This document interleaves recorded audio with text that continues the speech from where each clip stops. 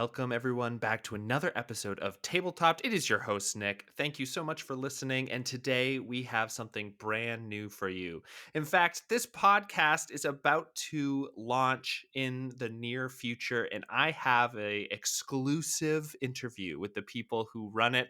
It's a new actual play podcast on the scene in Ironsworn, but we will get to why they chose that system, amongst other things, in a little bit. But first, why don't you all introduce yourself? What is this show, and who are you all? And tell us a little bit about what this thing. Yeah, great. I can kick us off.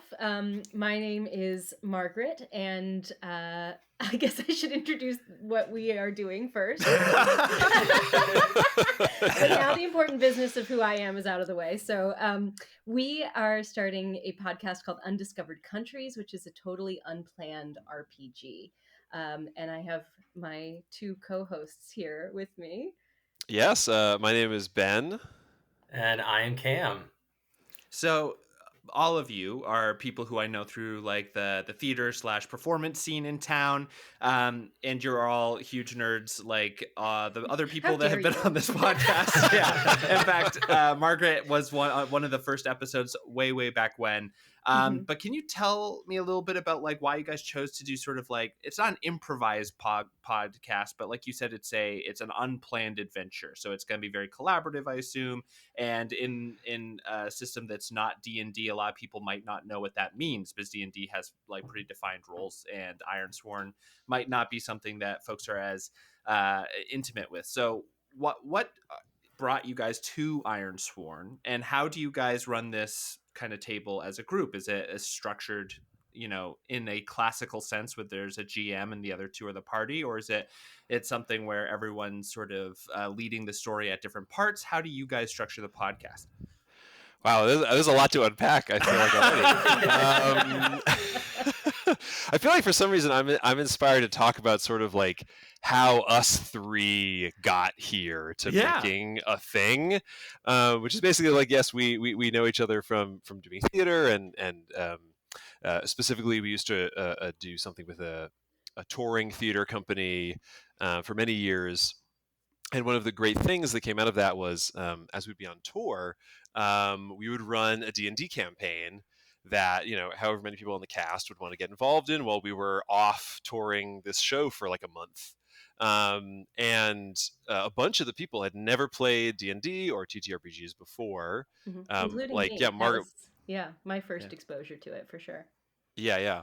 And Cam, I don't know, had you had any experience? I had done a little bit in college. Yeah, sure. Experimented in college. Yeah. I guess I've been playing sort of D&D since like high school, and just kind of casually.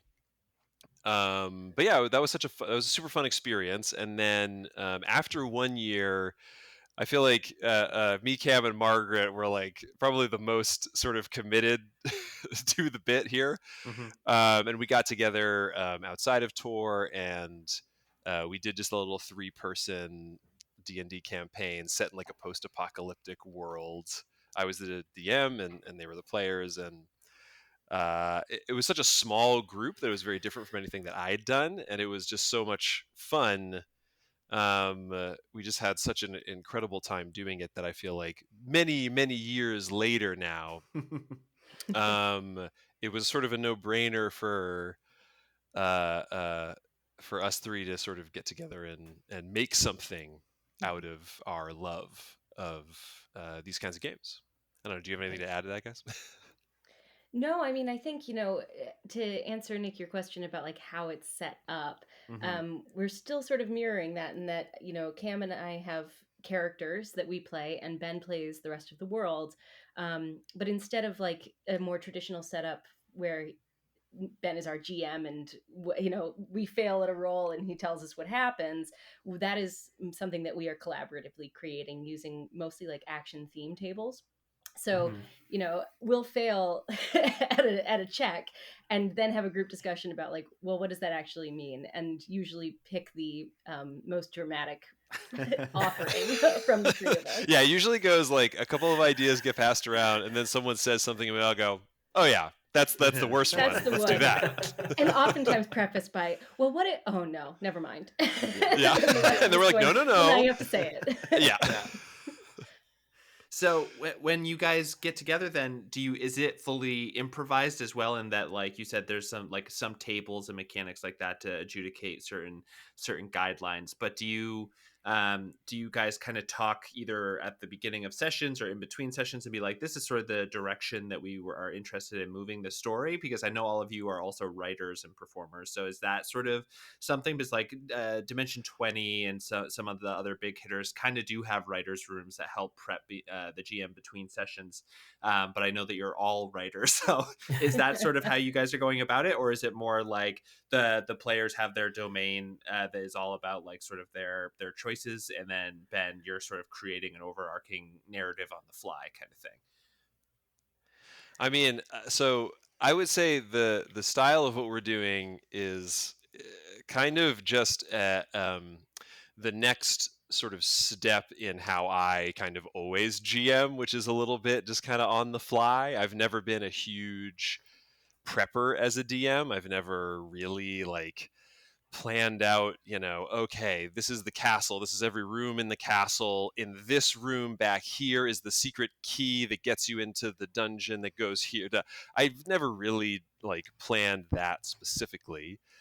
My style has always been, I'll have some ideas, I'll have some sense of like, okay, well, I know what this like, let's say kingdom they're going into is kind of like, maybe an idea about there's a conflict, some sense of inspirations that might hit me, and then I mostly just kind of bounce off what the players choose to do and the ideas that we're bouncing around in my head and find sort of where that goes. Yeah. And I feel like we've taken that to the next level, and now we're kind of doing three people doing that all at the same time at the table. So I guess to more specifically answer your question, we aren't talking too much outside of sessions. Yeah. We'll sometimes like mention a couple like, ooh, this is an interesting thing that happened that we want to track for the future. Let's write that down somewhere. Mm-hmm. So we're more like tracking threads and setups and things so that we're all sort of aware of what's happening in the world. And then while we're playing, I think we're just kind of allowing those things to seep in naturally to the decisions of what happened.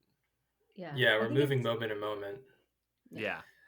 How does that kind of manifest as players, Cam and Margaret? You guys like at the table, sort of living through the story as well. A lot of people talk about how playing a TTRPG is so much different than an actual play sort of setting, because you're always kind of expected to be on, you're expected to kind of contribute.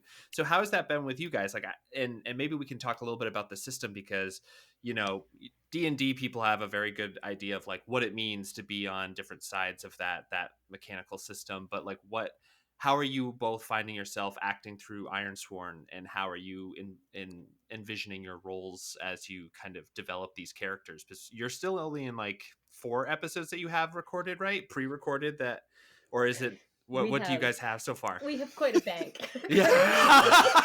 Margaret's like, I'm sorry, I'm a prepper.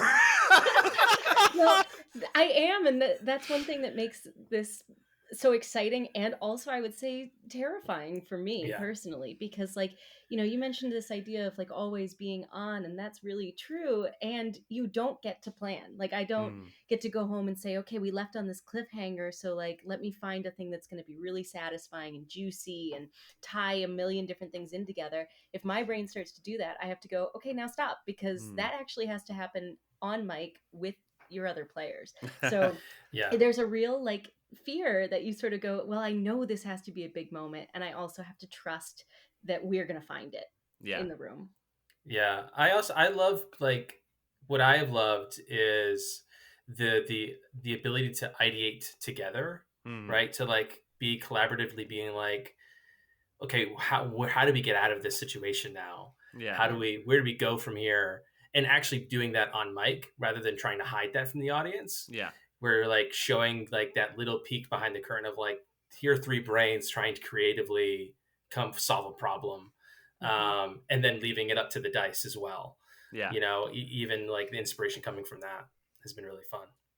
Yeah, I love that idea as well, because it's sort of like I don't know how you all feel about this, about like table talk and sort of metagaming in the classical sense. Usually is applied to like combat or like specific skills. But I've always thought that like the more fun version of metagaming is like story metagaming, where you can like pop out and be like, man, my character's in a real tough spot. My instinct is like this sort of thing can happen, but like what is what would anyone else do? And I've always thought that that's really fun to be like, come together and sort of be able to build a continuity that makes sense, and that everyone has a hand in. So I'm glad to see somebody actually like pitching that as like a, like this is the way we are playing. Yeah, I think to bring that into your question about the system. So so the game we're playing is called Ironsworn. The rules for it are actually totally free online. It's a very interesting, pretty narratively driven system that's based around an idea from Powered by the Apocalypse called like moves, which is basically like when a character in the fiction does a thing, if it's a certain kind of thing, it'll trigger a specific move that they then roll on, and depending on how they roll, there are certain semi-predefined outcomes. But the interesting thing is that it's all sort of very vague. It's all very interpretive. And one of my favorite things in the game is when you fail, there are 3 levels of success. There's a strong hit, a weak hit, and a miss. And the miss is the utter failure. And on almost every move, when you miss, it says pay the price. And pay the price is actually another move that you basically roll on a D100 table, and it gives you like a bad thing that happens. Yeah. But again, these are all very vague. They're just inspiration. They don't say like you are disarmed, or like you fall to the ground, or something boring like that. It's like a companion is put in harm's way, or like something of value is lost. Yeah. And then we have to go, okay, what do we have of value? How could it have been lost in this situation? And then we go, oh, it's that thing, and it exploded. You know what I mean? And then we sort of figure it out. There's a great moment that I'm going to not give a spoiler away, but that literally happened in the first episode where we had to roll on pay the price, and it has literally defined the arc of this current season. The very first episode like did not have this pre-planned idea of like, oh, this is going to be Margaret's character's drive basically for the rest of the campaign, and it came out in a single roll in the first episode. Yeah. So is Ironsworn a 2d6 system like other Powered by the Apocalypses, where you're trying to hit like, a 6 or below is that miss, and then there's the middle zone, the high zone, or is it a different system entirely? I would say the moves and the sort of 3 levels of success thing take its inspiration from Powered by the Apocalypse, but the dice system is completely different and very, very interesting. If you want me to try to describe it, I can. But give us like a broad brush. Is it a D20 system, 2D10 dice pool? It is a D6 and 2D10 system. Okay. What does that mean? So every time you roll a D6 and 2D10s. The D6 it represents the character acting. And so let's say it's like a 4. You would then add your relevant attribute to that roll. So maybe it's like wits, and you have a +2 in wits. So you add your +2 to the 4 and you get a 6. The 2d10s are called the challenge dice, and they represent the chaos of sort of the world. If you compare the result of your D6 action die plus your attribute to the results of the 2 challenge dice. If it is above both of the challenge dice, that's a strong hit. If it's above one of the challenge dice, that's a weak hit. And if it's below both of the challenge dice or equal to both of the challenge dice, it is a miss. So you're kind of generating your own difficulty scores as well as your attempt at surpassing them in the same dice roll. Yeah, it's sort of I don't know what the math on that dice system is, but I guess it works. I don't know. Yeah. I mean, just dice systems in general are crazy variants, and so adding more dice always kind of helps like level that out. So I would be interested to see the math too. But this is like a great like kind of entry point to something I always want to ask any person who starts an actual play. As a group, you guys all came together playing D&D. It's such a popular, kind of ubiquitous platform at this point. What made you decide to move away from D&D? What made you decide sort of opening this show with a completely different system that, like, is much less popular than D&D? So is every system out there. So like, what made you decide to take that path as like a group? Because I know that you all were on tour playing the system together, so you were kind of all learned up together on the same thing. Yeah, I mean, I can start us. I think there were multiple factors in that decision. One, just personally, like I had been playing D&D for 5 years, and I had played a lot of different classes, and I've cast Fireball a million times, and I was looking for something that was like maybe a little less prescriptive, right? That really you could let your imagination take you away. And I think especially when you're doing this sort of collaborative work together, being able to like generate without such a rigorous rule set has been really freeing and really exciting. It's like led to decisions and plot turns I don't think we would have gotten to in a different system. And Ben is sort of our game master. I've never met anyone who knows more systems really. And Cam had also, you'd been doing like a DM-less thing, a solo DM-less thing. So I had done a couple of solo DMs just on my own, just for fun. And I also got really into this YouTube channel called Me, Myself, and Die. That is literally a solo ran platform and show. And I just love how that show happened and how it operated. And one of the seasons ran Ironsworn. So that's how I was introduced to it. And Ben, I introduced Ben to Me, Myself, and Die. He binged that whole series. And then we both were like, maybe we do Ironsworn as our first go, because like Margaret said, it's so open, and we wanted something that didn't really have that many rules. Yeah. So when you guys are talking about like sort of the difficulty skill and everything and the moves that you have as characters, are those like the classes of the game, or is it class agnostic and you just sort of build something on your own? And if that's the case, what kind of feeling are you bringing to these characters, or is there anything that comes from character creation that folks should sort of have in their brain when they come into the series? Are they, what kind of flavor do each of you have playing your characters?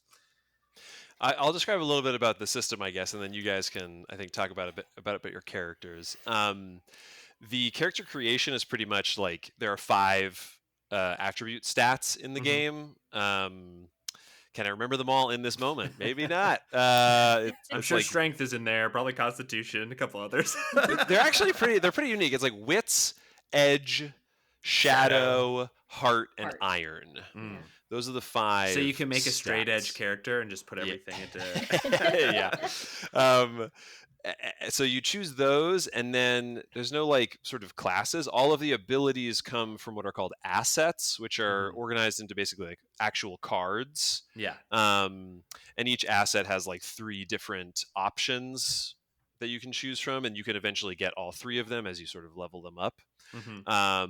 And so it's a very free form character creation system. Some of the assets are like companions, like a bird that Cam has. And, others are like a mastery of certain weapons, or spells, or just sort of representative of sort of who you are as a person. Yeah. So there's a lot of different avenues to create different kinds of people. Cool. And the world that we're playing in, to describe a little bit about the narrative in our game, is sort of a maybe alternate future, post-apocalyptic our world, but after the fall of civilization, magic has begun to come back into the world. Yeah. Has begun to reemerge in unexpected and chaotic ways. And then we're watching these 2 sort of kind of regular people try to navigate that. Yeah, so I don't know if you guys want to describe yourselves a little bit. Yeah, I can go first. You go for it. Okay. Two polite people. Oh no. Oh no. So yeah, I'm playing Rit, a man in his late 70s, who has never left his home, and due to the circumstances of our campaign, is leaving home for the first time since the fall happened. Which happened about 60 years ago. So when he was a teenager, the fall of civilization happened, and then 60 odd years passed, and now he's an old man and has to go out into the world on his own. And so, like I gave him, like, he has high wits.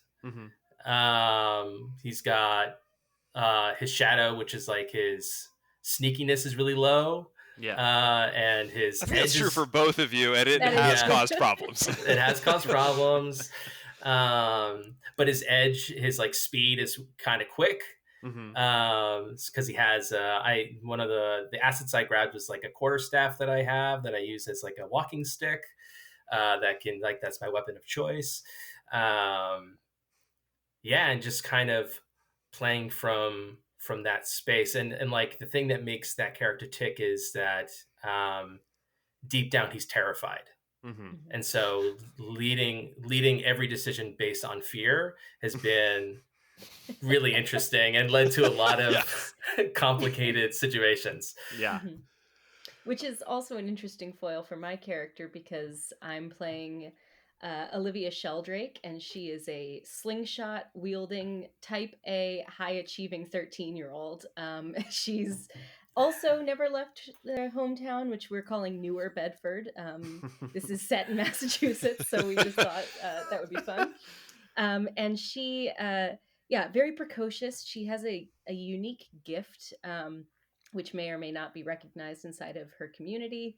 And like, she's not driven by fear at all. In fact, I would say she's concerningly fearless. She has very little experience of actual danger. And because she was born so many years after the fall, has never experienced things like electricity, mechanization. She's a real sort of forager, and a different type of person, right? So it's been fun for our two characters to travel together, with that being a serious point of tension, I would say. The relationship between you two has been fascinating to watch. Just it has changed in the many episodes we've already recorded before releasing. There's one thing too that I kind of want to pick your brains about, especially in an unplanned story, and this is kind of in every medium, but I think that I'd love to hear your perspectives on it, since you're like in the middle of this right now with your series. So Franco, one of the co-hosts on the podcast, always says that it's like a Socratic like a problem or like fallacy that characters are supposed to act consistently, because human beings, whatever we do is consistent with our character because we did them, so it's just sort of like a chicken or egg situation. But when you are creating sort of a piece of media, storytelling specifically, that is over a long course of time, how do you kind of track your character's growth and like make decisions that feel consistent to this character that you're only playing maybe once every 2 weeks or whatever it is? How do you sort of wrestle with that, especially when it's in a medium where people are going to be able to track that kind of arc because it's recorded? Like, how do you guys approach it? Oh, that is a really good question. I don't know how you guys do it. Ben's like, I just pick a voice and have a new weird shot every week. Exactly. Yeah. I think for me, it's about just responding honestly. Right. It's like, it's just being as vulnerable and honest as I can be as that character. Right. It's like, this is what I know about the character. Let me just respond. And if it goes against the type, then that just is, like you said, Nick, it's like just a decision that happened to be against what he would normally do. Yeah. And thus now he has to deal with that now. Yeah.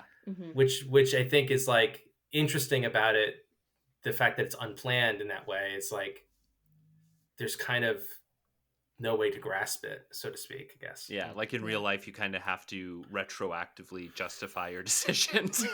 Yeah. Yeah. What about you, Yeah. Margaret? How do you approach this kind of thing? Well, Cam mentioned a guiding principle earlier about his character, and I do think that that's true. Like, really grounding yourself in who this person is at the start has been really helpful, because I know what her main challenges are, and because I know that, I also know which direction her growth or failure to grow will be in. Yeah. So I think as long as I'm moving along that line, if I'm dipping up or dipping below, I'm still consistent, if that makes sense. Yeah. So even if I fail to grow in this moment or not, like, that still is moving along the same track. And I think because we're all actors and because we have this experience of like shaping an individual person's arc in that container, we have a pretty good idea about the pacing of it. And so I know that there have been moments that we've had where we've been like, well, would Olivia do this yet? Nope, too early for that. Like, she's not there. We have to pace that out. And I think we're really good at both holding ourselves accountable and, in the moments when we need to, looking at someone and going, I don't think so, actually. Yeah, totally. Yeah. I want to add something, because I think something like Cam said about, like, if you do something sort of quote unquote out of character, there is a certain amount of like justification of that afterwards. And I think from my perspective, and the sort of, I play a fair amount of companion characters that you guys have been with. So I am actually playing some characters that are starting to have their own arcs now. But for me, it's very much like, okay, well, like, you did that. I have to hold you accountable for that action. The way everybody reacts to it will sort of justify, right? Like if Rit does something that's, again, quote unquote out of character, and everyone just sort of is like, yeah, okay, Rit did that, then it's weird. But if Rit does something out of character and everyone goes like, yo, what are you doing? Yeah. Why would you would never do that, as I know you now, then that is real. That is an actual point of tension that humans have. Yeah, one of the things I want to ask you about this, Ben, is just like they have to sort of manage their characters and sort of the story and the role that they're playing and sort of, make these decisions the best they can. You are also, since you are representing a lot of the characters in the world, you are setting a tone that the world has. You know what I mean? Like, the world also has to feel somewhat consistent as you move through it. There are different areas, different things, but there's a base logic to a world, and that you're sort of the guardian there because you're going to be playing the representatives of that world. So how have you been going about that, especially in a sort of collaborative storytelling mode? How are you making those decisions so that it's both supporting what like they're doing, but also gives you somewhere to work off of? Yeah, I think honestly, it's almost a little easier because we are making a lot of decisions about the world in the moment. Before we started the campaign, we did some very vague, like, sort of the elevator pitch that I gave before of like, okay, it's the post-apocalypse of this world and magic is coming back. And that was kind of all we decided. Like, that was the vibe. Yeah. And then we did play a game called The Quiet Year, which is a sort of place building game to build out the place that the story began in. And we only spent like 2 episodes there, and then we left. Yeah. Left or fled? You'll have to listen to. You'll have to. Yeah, there you go, Margaret. Yeah. You got it. So I guess to answer your question, since we are building each sort of place we find and we are discovering the truths of the world as we play in the moment, it's, again, for me, just about having those things in my head, remembering them, knowing that those things happened. And I'm not even like necessarily consciously looking at like my lists or whatever, but just letting my background knowledge of everything that has happened before just inform me in the moment. And then again, just react to what the players are doing. And in that way, they are very much driving the narrative. Right. Margaret.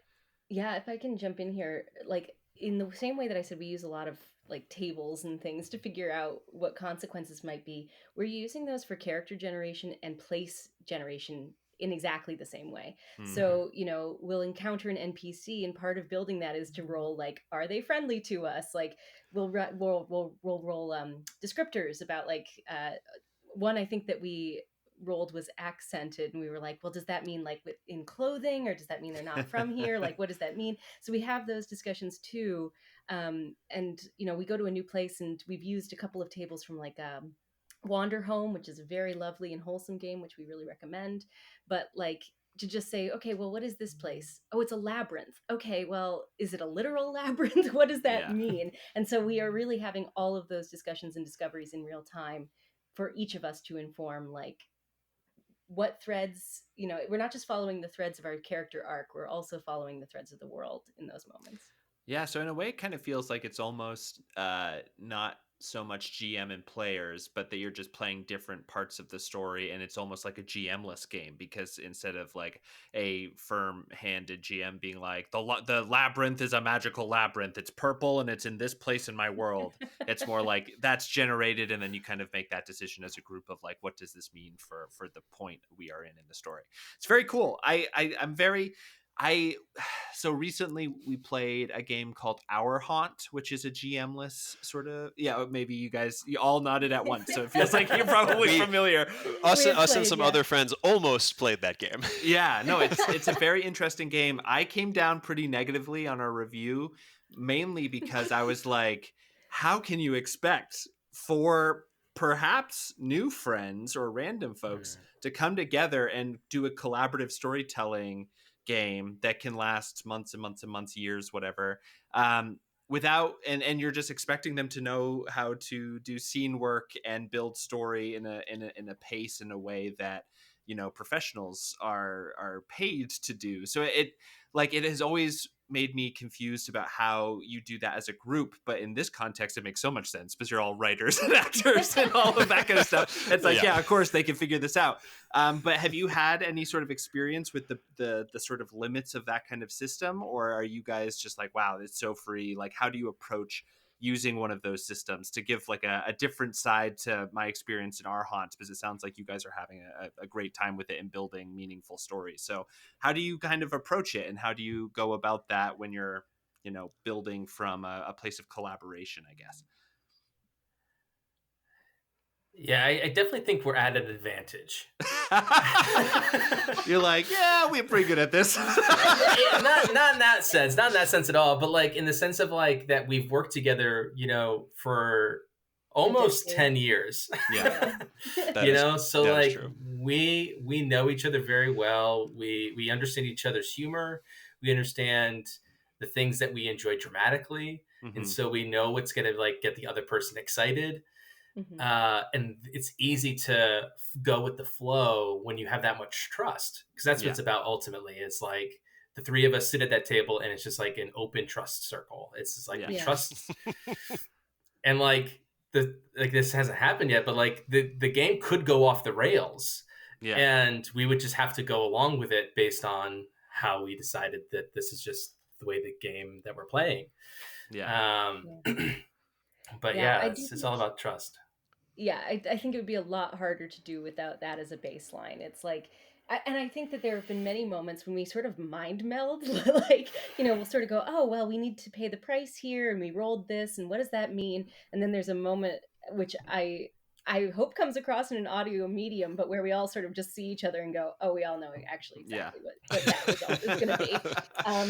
But I think too, because we have that baseline of friendship and trust, we're not afraid to either be vulnerable and throw something crazy out, and we're also not afraid to say, I don't think that's it. I think we should keep generating. Yeah, can we talk a little bit about that? Because that disagreement is also core to building something collaboratively. People have different ideas about, something that either happens to their character or the direction of the story in general. How do you guys manage disagreement? And what do you have like an example from one of the either the early or the later ones that you've been doing where you were like, that was crazy, we learned so much from how to disagree there? Or has it always just been like, yeah, everyone's just like, yeah, okay, we'll move on? Do you guys follow any sort of like shared rule? Or That's a great question. So two different things are coming to my mind. So I feel like many times what happens is, we'll roll a thing, either, like the outcome will be, we'll see the outcome, we'll roll some inspiration, and then, maybe one of us will sort of throw something out there, and then another one might go like, oh, that makes me think this. And then usually the sort of disagreement is actually just that we all go, oh wait, no, it's that one, yeah. and therefore disagree with everything that came before it. You know what I Yeah. mean? Yeah. In coming to a consensus, I feel like that's how it mostly works.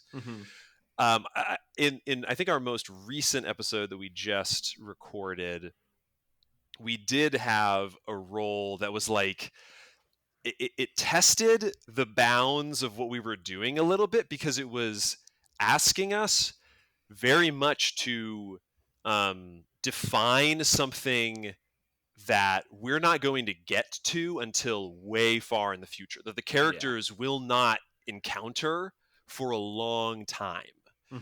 And that was that's again like a bit in tension with what we're trying to do. And so we had a somewhat long discussion where I presented this idea and had to explain all of these like background things that I had been thinking that I'd never told them before about the world and these other characters and how they might come back and da-da-da-da-da. And then Margaret had a different idea, and then we were like, yeah, that's way more interesting than what I just said. So also, you're not going to hear like half of that conversation because it gives a lot of potential things away and ultimately wasn't interesting. Yeah, that's for the Patreon feed somewhere down the line. But, right, exactly. So, that is such like an interesting thing to hold in tension too, because like always at the table there's character knowledge and player knowledge, and then there's the GM knowledge, and then there's the player knowledge, and then there's the GM knowledge, the player knowledge, and the character knowledge, and everyone is managing these worlds all at the same time. But it kind of sounds, because usually there is some sort of barrier between those, information leaking one way in that little flow chart that I just made, where the GM doesn't tell the players long-term secrets about the world until the characters encounter it in some way. And then that sort of builds up slowly, which allows a GM to build a story piece by piece over the course of like 5 years, maybe, if they're doing a homebrew campaign of that length. So when you guys are making these major decisions, it sounds like, especially in this last episode, how are you guys thinking about the truth of the worlds, the truth of your characters, and then how each of you as artists are sort of thinking about the setting in general? Because that's, you have so much stuff that you might be in disagreement about, but it just has never come up because you're, not talking about that or whatever. Some people have assumptions that may not be true. To be fair, though, I think that it creates an amazing system where you can have like, false knowledge in the world. You know what I mean? Like conspiracy theories or misunderstandings of like a different fact. And that's like a really cool thing for me to be like, wow, that'd be amazing to explore. But how do you guys do this? Because it sounds like it's a lot of weird contrivances that you have to hide. Yeah, well, I mean, I think, we all have ideas about where things might go, what might mean what, but I do think at the end of the day, you can't be fully married to any of it, because if it hasn't happened on mic in real time, then it's not quote unquote true. You know what I mean? Like, Anna, just to add, and if the dice don't justify it, if the dice don't give you the moment for it to happen. Yeah. So I could be thinking like, oh, this is what's going to happen to Olivia. What I think could happen to her. This is what I would like to happen to her. But that's not, it hasn't, and it could not. So you just have to sort of live with that and like, again, trust the form, trust that, these other players have your back and that we're all going to find the thing together. And, we keep track of those threads. I'd say we like start before we record, we sort of go, okay, what are still mysteries to us? Because if they're mysteries to the audience, they're mysteries to us. And we do want to like still create a satisfying arc that answers questions, So we just sort of remind ourselves of what we're playing towards. Yeah, I think that every system and every game and every system should start with a quick recap, because especially like open mysteries I love as a tool as well, because then it refocuses the players to the same place that the GM may have focused on when they were prepping. But Cam, I want to specifically talk about your character, because you've made a really hard decision to say this character is like 70 years old. He knew the old world, and now he has been living in his house and maybe doesn't know the new world. So you've put yourself in like the hardest position of anybody, where you're like, I have all of this arcane knowledge, like lore of like a legendary place that most of the people around me don't even knew how it worked or existed. But you also don't know how anything in the normal world that you're actually living in works. So it's like, how are you navigating these choices as a player? Difficultly. I think a great example actually is that Ben and I just did a little one shot where we did a flashback for my character, and I went into that with some assumptions about my character's backstory, and a lot of those assumptions were proven false. Just based on how it went and how the dice turned out. And I was like, oh crap, then that's gonna change how I think about this now, which I think is really cool. But yeah, coming in with so much backstory, it was like, that was a fun little thing that Ben and I did to kind of flesh that out. So yeah. I just want to say, Nick, to your question in general about like, how do we do this? I think the key is that we have all agreed that none of us know. Yeah. That none of us are the absolute masters and knowers. Because it means that when we get to a decision in the moment, it could go anybody's way, and we're all just listening to each other, and whoever had the idea that sparked us all, that made us all get excited, that's the thing that happens. And so in that way, we can all be a part of it. If I was truly like more of a GM, and it was like, no, I own this world and I feel like I want to be in charge of how the sort of overarching narrative goes, then maybe it would cause some more tension if Margaret or Cam were trying to influence that. But because I've sort of relinquished that responsibility, we can do it together. Yeah. I think that's a really like a wonderful place to sort of start coming to a close, because what a great sentiment. But I also want to ask each one of you, in the way that I want to do this is, Ben, I'm going to throw it to you to reintroduce the name of the podcast, where people can find it, and then just a brief description about the mechanics. Give me the car specs, essentially, of what this system is and what people can expect from it. Cam, I would love you to just go through, tell me a little bit about the world and what you guys have created so far that you want people to know. And then Margaret, I would love for you to tell me about all of the different characters that you think that people are really going to love, why they should get interested. And then we'll close out with you guys saying, once again, where people can find the show, and just kind of let people know where they can find you if you're interested. So let's start it out. Ben, tell us, what the heck is this thing you guys are doing? What is this? What are we doing? So the show is called Undiscovered Countries, an Unplanned RPG Podcast. We are, the three of us, me, Cam, and Margaret, are going on a wild adventure to find the story as we play. We're playing a game called Ironsworn, which is a wonderful narratively driven system that gives you a lot of flexibility and story inspiration, and it pushes me to make narrative choices that I wouldn't otherwise make because the dice told me so. And so you get to experience, I think, not only the character's journey, but our excitement as the players at discovering what is happening in the moment. You'll be able to find this, anywhere you can get your podcasts, Spotify, Apple Podcasts, your podcatcher of choice. And we should have an Instagram up by then too. It'll be in the show notes, I'm sure. You guys send me whatever you guys got. I'll throw it in the show notes. Yeah. But we now know what people should expect from the system and the mechanics side. But Cam, what is this world you guys are got like building all of the time you play randomly? Wow, that sounds so fun. Tell us a little bit about it. Yeah, so I mean, we've been kind of exploring all over our map. You know, Mark and I are literally discovering the country together. And so every episode, every step we take, we're using our random tables to generate what this place looks like. Mm-hmm.